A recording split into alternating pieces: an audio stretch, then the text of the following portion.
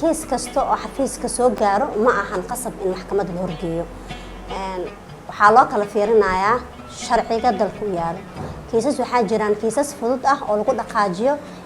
dhibanaha soo dacwaday oo kiiskiisa wadan karo ama joojin karo haddii dadka dhaxaan waa soo heshiinay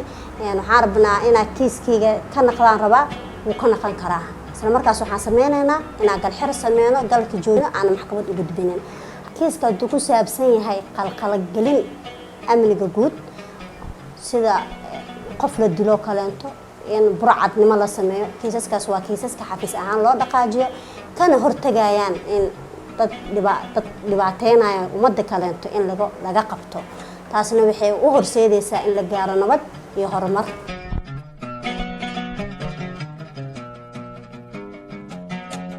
ay ku leedahay shaqada aan qabto nabadda eedaysanaha haddii maxkamaddu ay xukunto oo xabsi ama lagu xukumo wuxuu markaas falku markaas geystay waxay ka mid tahay qayb ka mid ah nabadda in qofka dambiilaha laga qabto ummadana si ay dadka kale uga nabad galaan qofkan dambi lahayna inaan qofna aysan cadaalad darro jirin oo sidaas ay nabadda ugu qayb qaadato qofka wuxuu uga fogaan karaa markii dambi lagu waayo maxkamad sii deyso wuxuu ogaanaa in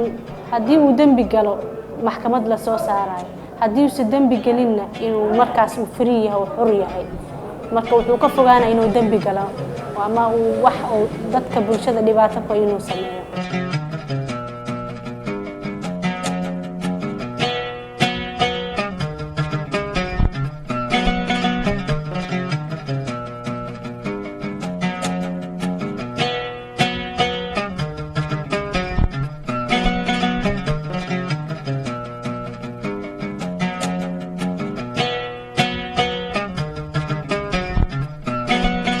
tahay inaad door weyn ugu jiro cadaaladda haddii ahaato in aan gabdhaha saagiga kaleento aan fursad u helin fursadan inaan ugu faa'iideeyo waxaan aad ugu dhiirigelinayaa gabdhaha sharciga qaanada ah oo hadeertan soo qaateen sharciga barteen inay ku soo biiraan hay'adaha cadaaladda haddaysan ku jirin hay'adan